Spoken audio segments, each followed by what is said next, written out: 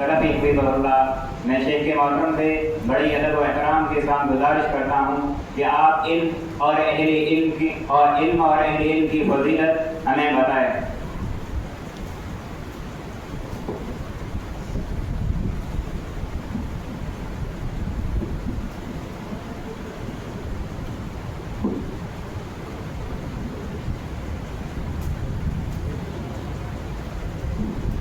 السلام علیکم ورحمۃ اللہ وبرکاتہ۔ حامدا ومسلما بعد، اعوذ باللہ من الشیطان الرجیم، بسم اللہ الرحمن الرحیم۔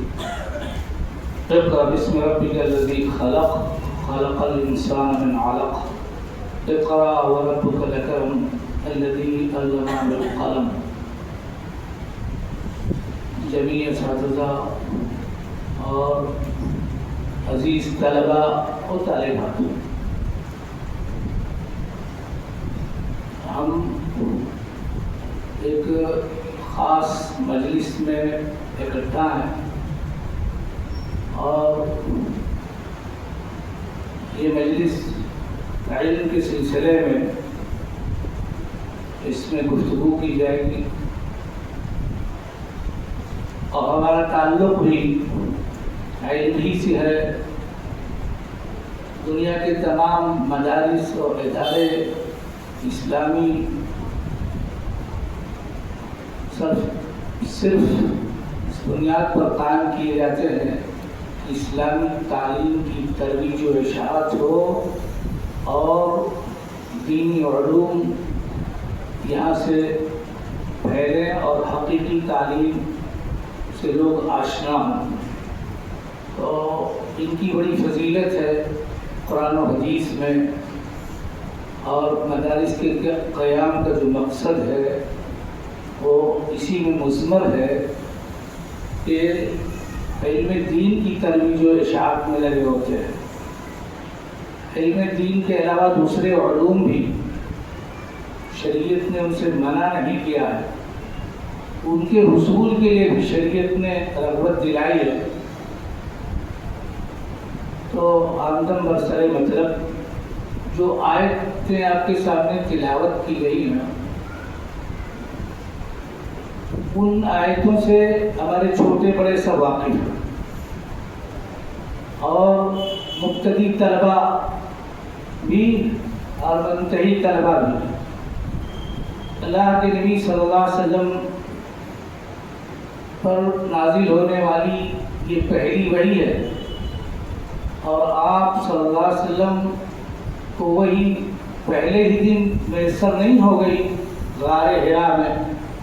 آپ کئی مہینے غار حرا میں جا جا کے عبادت کرتے تھے، جو عبادت منظم نہیں تھی، شریعت اسلامی نازل ہی نہیں ہوئی تھی، قرآن مجید اترا ہی نہیں تھا، ابھی آپ نبی بنائے ہی نہیں گئے تھے۔ تو نبوت سے پہلے جو عبادت آپ کرتے تھے، جو توشہ لے کے جاتے تھے، جتنا توشہ چلتا تھا، اتنے خدیجہ تیار کر کے دیتی تھی، جتنا چلتا تھا تھوڑا تھوڑا کھاتے تھے اور یکسو ہو کے اللہ کی عبادت کرتے تھے۔ وہ عبادت کا طریقہ جو ہم نے آپ میں موجود ہے اس طرح تھا نہیں۔ تو نبوت سے پہلے کی عبادت کو تعنس کے لفظ سے تعبیر کرتے، یکسو ہو کر کے اللہ تعالیٰ کو یاد کرنا، اور یہ سلسلہ کئی مہینوں چلا۔ آپ گویا تھوڑا تھوڑا کھاتے تھے، جسمانی قوت کمزور ہوتی جاتی تھی اور روحانی طاقت، مادی طاقت جسمانی کمزور ہو رہی تھی، روحانی طاقت اللہ تعالیٰ سے علاقہ، اللہ تعالیٰ سے تعلق بڑھ رہا تھا۔ اس قدر بڑھ گیا، اس قدر بڑھ گیا، اس قدر آپ کی طبیعت نکھر گئی کہ وہی اترنے کے قابل آپ کی طبیعت ہو گئی، تب اللہ تعالیٰ نے آپ پر یہ پہلی وحی اتار دی۔